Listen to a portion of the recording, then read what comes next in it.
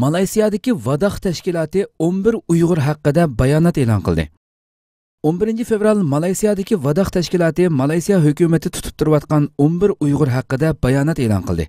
Xabarda bildirilishicha, Malaysiyadagi Vadah nomli diniy tashkilot raisi Ahmad Azzam bayonot berib, Malaysiya hukumatini 11 Uyg'urni Xitoyga o'tkazib bermaslikka chaqirgan. Hamda Ahmad Azzam 11 Uyg'ur masalasi haqida Malaysiya Ichki ishlar ministrligi bilan bevosita ko'rishadiganligini bildirgan.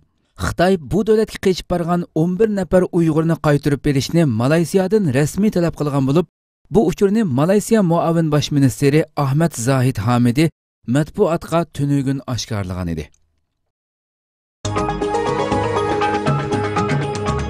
Malaysiya 11 Uyg'urni qandoq bartaraf qilmoqchi? 12 fevral Gulf Today xabarida bildirilishicha, Malaysiyaning muavin raisi Ahmad Zahid Hamidi 11 Uyg'ur haqida muxbirlarning Malaysiya hukumati 11 Uyg'urni qandoq bartaraf qilmoqchi degan savoliga javob berib, Malaysiya Xitoy bilan savdo va siyosiy jihatlarda ittifoqdosh davlatlardan biri. Biz Xitoyning 11 Uyg'urni o'tkazib berish haqidagi talabini topshirib oldik. Biroq boshqa davlat o'zining fuqarosini o'tkazib berishni talab qilgan bo'lsa, bizning bu haqda belgilik prinsipimiz bor. Biz shu prinsiplar bilan ish ko'ramiz. Agar 11 Uyg'ur Xitoy degandek terrorlik faoliyatiga qatnashgan bo'lsa, bizning soqchilar ularni tekshirib aniqlab bo'lib, ondan Xitoyning talabini o'ylashadiganligini bildirdi.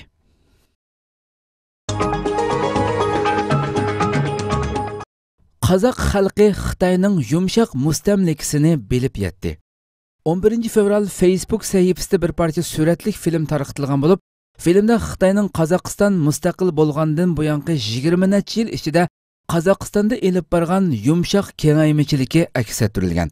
Filmda hozir Xitoyning Qozog'istondagi soni 300 mingga yetganligi, Qozog'istonning bir qancha shaharda Xitoy mahallalari qurilib, Xitoy solgan qurilishlarga yoki bir qism shahar qurilishlarining tashqi shakli, ko'ngil ichish so'rinlarining yasalish shakli Xitoy madaniyatini aks ettiradigan naqshlar bilan to'lganligi, Qozog'istonning 65% savdo ishlarini Xitoy kontrol qilib bo'lganligi, Xitoy fuqarolarining Qozog'istondan setib olgan yer ko'lami kishini cho'chitayotgandek darajaga yetganligi, Xitoyning qozoq qizlari bilan to'y qilish nisbati ko'payib qolganligi, Qozog'istondagi Xitoylar qozoqcha yoki ruscha so'zlamaydiganligi, Xitoy bilan to'y qilgan qozoq qizlari Xitoycha so'zlashadiganligi, Xitoy banklarining Qozog'istonda egallagan nisbati boshqa davlatlarning banklariga selishtirganda favqulodda ko'pligi, Xitoy qurgan zavod korxonalar Qozog'iston havo klimatini odatdan tashqari bo'lganligi qatorliqlar aks ettirilib, Xitoyning Qozog'istondagi yumshoq kengaymichiligi tunishtirilgan.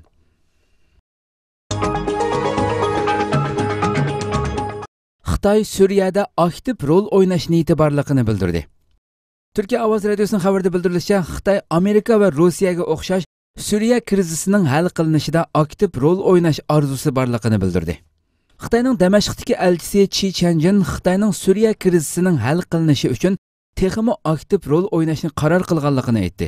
Xinhua xabar agentligining ziyoratini qabul qilgan diplomat Chi Chanjin mundaq dedi: Suriyaning taraqqiyoti va asosiy qurilishlarni barpo qilishga ko'ngil bo'ldigan vaqt yetib keldi. Meningcha davlatimiz Suriya xalqi va hukumatiga bu ishlarda yordam qiladi. Damashqdagi Muvasat universiteti qarashliq doktorxona ekskursiya qilgan elchiga doktorxonaning mudiri Xitoy doiralarining bu doktorxonaga qilgan yordamlari uchun minnatdorligini bildirdi. Buningdan burun Suriya qatnash ishlari ministri Suriyadagi qatnash to'ri remont qilinib bo'lgandan keyin Xitoygacha temir yo'l liniyasi barpo qilinganligini aytgan edi. Xitoydagi yer shari vaqt kelsining xabar qilishicha, bultur apreldan hozirgacha eng az 30 Xitoy korxonachi Suriyaga kelib egilik yoritishning ko'yida yurgan. Xalqarada Suriya masalasida Rossiya bilan birlikda harakat qilib kelayotgan Xitoy Amerikaning noroziligini qo'zg'amaslik uchun tirishib kelmoqda. Birlashgan Davlatlar Tashkiloti Xavfsizlik kengashida hozirgacha Suriya masalasi bo'yicha o'tkazilgan 7 qitimliq ovoz qo'yish faoliyatida Xitoy asosan degudak betaraf turib keldi. Xitoy Amerika va Rossiyaga o'xshash xalqarada kuchli davlat bo'lsa-mu, Suriyaga har qanday bahona sababni qilib askar avatmagan yagona davlat hisoblandi.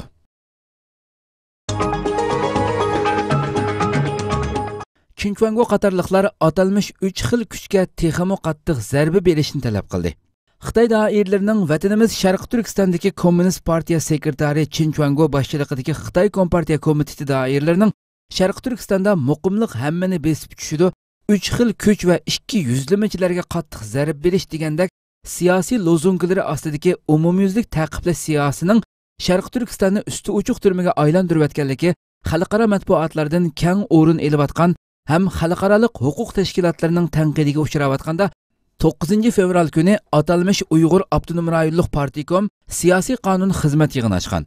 Partikom sekretari Chin Chuango tasdiq va ko'rsatma bergan.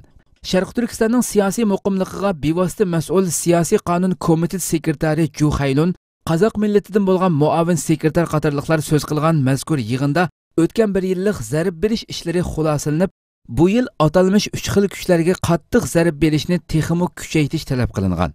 Şinjan gezitining xabaridan oshkorlanishicha, yig'in xulosasi sifatida bu yil yuqori besim ko'rsatish, ig'ir zarb berish, tarmar qilish xarakterlik zarb berish, yo'qotish xarakterlik zarb berish, 3 xil kuchlarga hargizmi dam elib olish fursati bermaslik, bosh ko'targan hamon zarb berish degandek bir yurish zarb berish shuarlari ta'kidlangan. Texi yaqinda Xitoy Kompartiyasi tarafidan Sharq Turkistonga qayta raislikka tayinlangan Shuhrat Zokirov o'zining hukumat xizmat nutqida kelgusi 5 yilda 3 xil kuchlarga qarshi texmo qattiq kurash qilganligini jakarlagan edi.